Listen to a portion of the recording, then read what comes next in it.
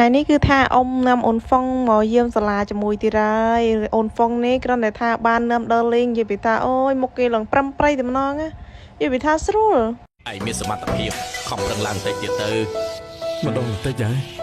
ដឹងមកយប់យើងខំធ្វើការបណ្ណាទើបបានតំណែងនេះទីយើងដឹងយើងមិនមានអី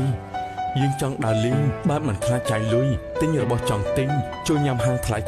ដោយមិនមើលមនុយបើឲ្យយើងចាប់ផ្ដើមថ្មីដូចជាផ្ដើមពីសូន្យអញ្ចឹង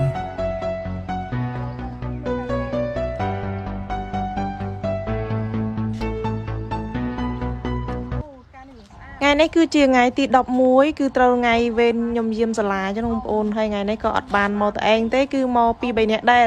អ្វីដែលសំខាន់គឺអូនហ្វុងមកជាមួយទៀតអូនិយាយពីថាអូនហ្វុងនេះបាននាំដើរលេងនិយាយពីថាអូយគេសប្បាយចិត្តសើចក្អាកក្អាយបើនិយាយពីថាអូនហ្វុងគឺពីណាក៏តាមទេអោយទៅថាយួរអោយតលែងយួរនិយាយពីថាតាមគ្រប់មនុស្សតែម្ដងនិយាយពីស្រួលកូននេះបើនិយាយពីរឿងម៉ាក់គេធ្វើកមុំធ្វើកន្លោះអស់ហើយដោយសារតែកូនស្រួលខ្លាំងពេកដោយសារតែអូនហ្វុងបោទៅដោះគោអញ្ចឹងហើយម៉ាក់ស្រួលមែនទៀតបើថាបាននាំដើរលេងចេះនិយាយពីថាអូយមិនបាច់និយាយទេ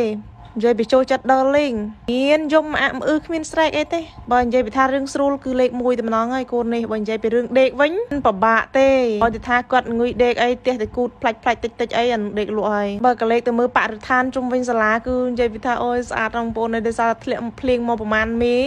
និយាយពីផ្កាល្អខ្លាំងមែនទែនបើផ្កាឈូកនេះគឺស្រស់ព្រឹកកាលពីប្រហែលថ្ងៃមុនគឺនៅក្រៀមទេដោយសារតែវាអត់ភ្លៀងដល់ពេល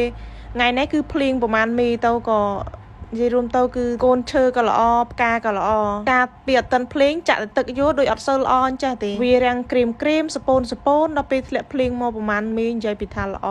ថ្មីបើកឥឡូវគឺចត់ចិត្តដល់ថ្ងៃចូលឆ្នាំមើលបងប្អូនអើយនិយាយពីក្នុងភូមិខ្ញុំវិញស្ងាត់ឈឹងអត់ដូចរាល់ឆ្នាំសោះបើរាល់ឆ្នាំគឺប៉ុណ្ណេះក៏ក្រឹកក្រែងហើយតែឆ្នាំនេះគឺស្ងាត់ដូចចូលលុយសេះវីដេអូខ្ញុំក៏មានតែប៉ុណ្ណេះឯងបងប្អូនអរគុណច្រើនជម្រាបលាបាយ